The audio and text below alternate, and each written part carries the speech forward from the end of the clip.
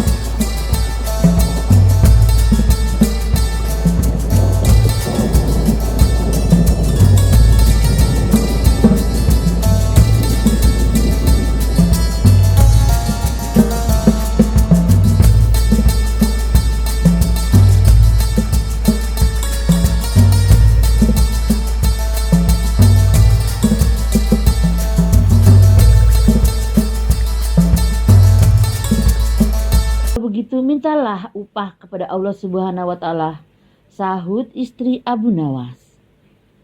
Seketika itu juga Abu Nawas langsung pergi ke perkarangan rumahnya. Dengan berbekal alat peribadatan yang lengkap, Abu Nawas mulai bersujud untuk menyampaikan permohonan-permohonannya kepada Allah Subhanahu wa Ta'ala. Ya Allah, berikanlah hamba upah 100 keping perak, ujar Abu Nawas dengan suara lantang, dan dilakukannya berulang-ulang. Rupanya suara Abu Nawas terdengar oleh salah seorang tetangganya yang sedang beristirahat di depan rumah. Tak lama kemudian tetangga Abu Nawas memiliki keinginan untuk berbuat usil dengan melempar 100 keping perak kepada Abu Nawas.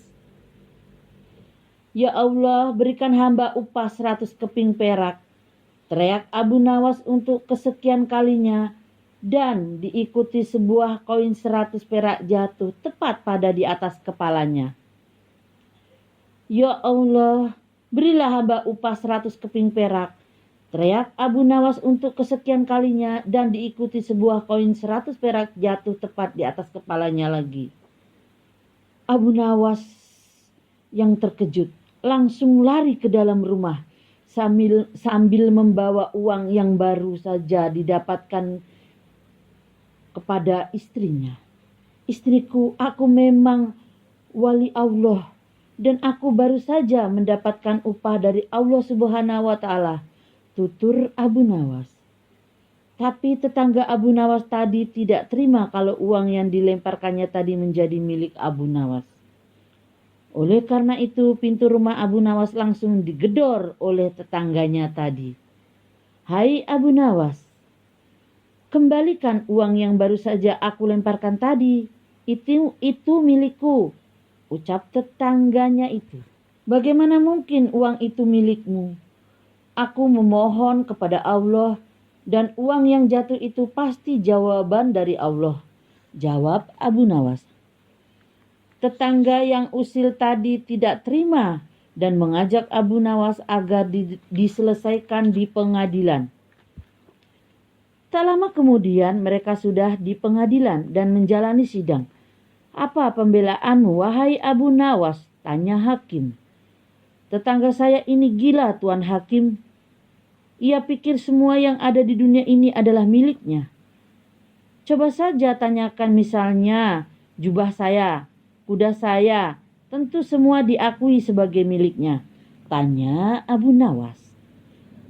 Tapi itu semua memang milikku, teriak tetangganya yang kaget akan pertanyaan Abu Nawas tersebut. Bagi sang hakim, bukti-bukti yang diterimanya sudah cukup untuk memutuskan siapa yang benar dan siapa yang salah. Hakim memutuskan bahwa Abu Nawas menang dan uang yang jatuh di kepalanya menjadi miliknya. Cerita selanjutnya, Abu Nawas, menteri dan pencuri. Sore hari ketika asik bersenandung ria, tiba-tiba Abu Nawas dikagetkan oleh sekelebat bayangan yang menyelinap di samping halaman rumahnya. Abu Nawas pun penasaran dibuatnya. Ada apa gerangan? Siapa tadi yang berkelebat? Manusiakah? Atau... Tanpa pikir panjang lagi, dengan sigap Abu Nawas langsung melihat keadaan di belakang rumahnya.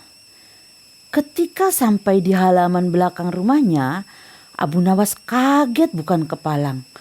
Karena dia menemukan orang tua yang dipenuhi luka memar dan seorang anak kecil yang sedang menangis. Dengan perlahan dan lemah lembut Abu Nawas membawanya ke depan rumah dan menanyakan keadaan orang tua tersebut. Bapak ini dari mana? Dan ada apa sampai tubuh bapak jadi lembam begini? Mengapa bapak ketakutan sekali? Setelah memberi minum air putih, orang tua tersebut menceritakan perihal kejadian yang sedang menimpanya. Saya tadi habis dikejar-kejar orang dan dipukuli hingga babak belur begini. Hanya karena saya mencuri sedikit susu domba untuk anak saya ini yang belum makan 1 hari ini. Tapi juragan yang punya domba itu tak mau peduli. Dengan alasan saya berikan malah menyuruh tukang pukulnya untuk menghajar saya. Makanya saya sembunyi di tempat ini. Saya memang salah karena mencuri susu tanpa izin kepada yang punya. Tapi semua saya lakukan demi anak saya. Mendengar cerita tersebut, tanpa terasa air mata Abu Nawas menetes. Dalam hati Abu Nawas berkata, sungguh zalim sekali juragan tersebut. Singkat cerita, setelah mengobati luka memar orang tua itu dan memberikan makanan serta bekal buat perjalanan pulang, Abu Nawas kembali duduk di depan rumahnya sambil merenungkan kejadian tadi. Dan tanpa disadari, ternyata kejadian tadi disaksikan juga oleh menteri sang raja yang memang ada dendam dengan Abu Nawas. Kemudian lewatlah juragan domba dan beberapa tukang pukul di depan menteri. Sambil bertanya, apakah tadi melihat orang tua dan anaknya lewat jalan ini? Menteri memberitahukan bahwa tadi ada orang tua dan anaknya mampir tempat Abu Nawas. Dengan cepat juragan tadi mendatangi rumah Abu Nawas.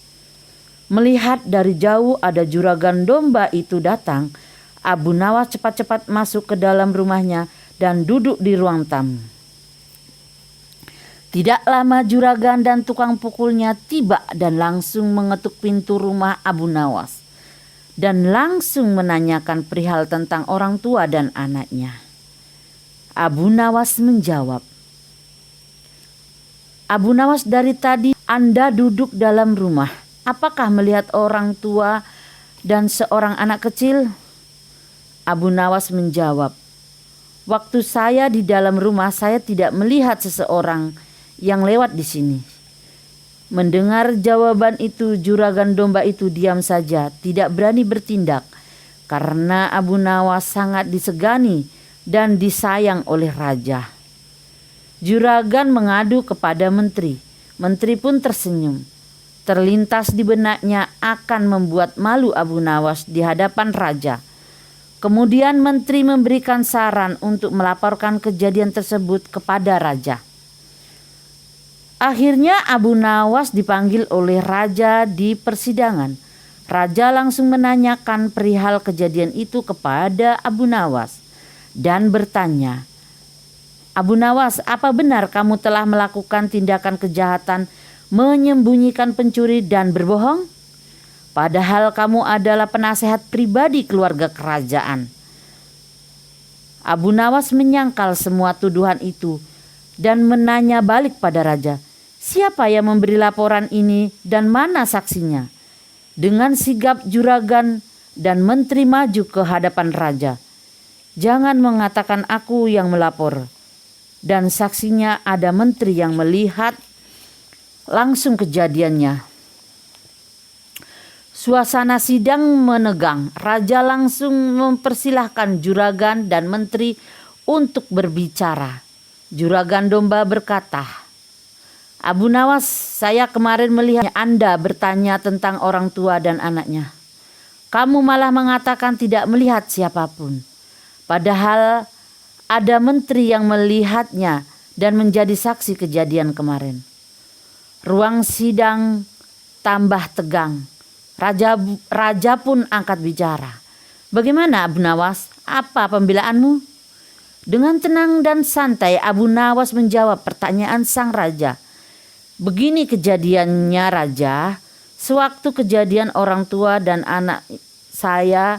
anaknya sedang di luar rumah, tepatnya di halaman belakang.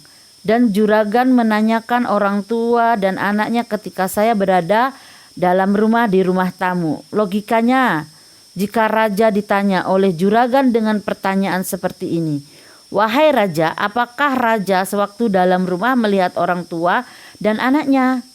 Raja diam sejenak, kemudian menjawab, 'Ya, tentu saja saya bilang tidak melihat karena saya hanya ada diriku sendiri di dalam rumah tersebut.'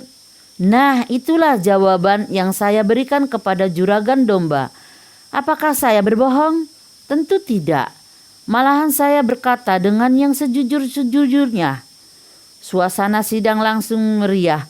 Mendengar jawaban Abu Nawas, raja hanya tersenyum. Sedangkan juragan domba dan menteri mukanya jadi merah karena menahan rasa malu atas kebodohan mereka sendiri. Cerita selanjutnya, Abu Nawas mengecoh monyet. Abu Nawas sedang berjalan-jalan santai. Ada kerumunan massa. Abu Nawas bertanya kepada seorang kawan yang kebetulan berjumpa di tengah jalan,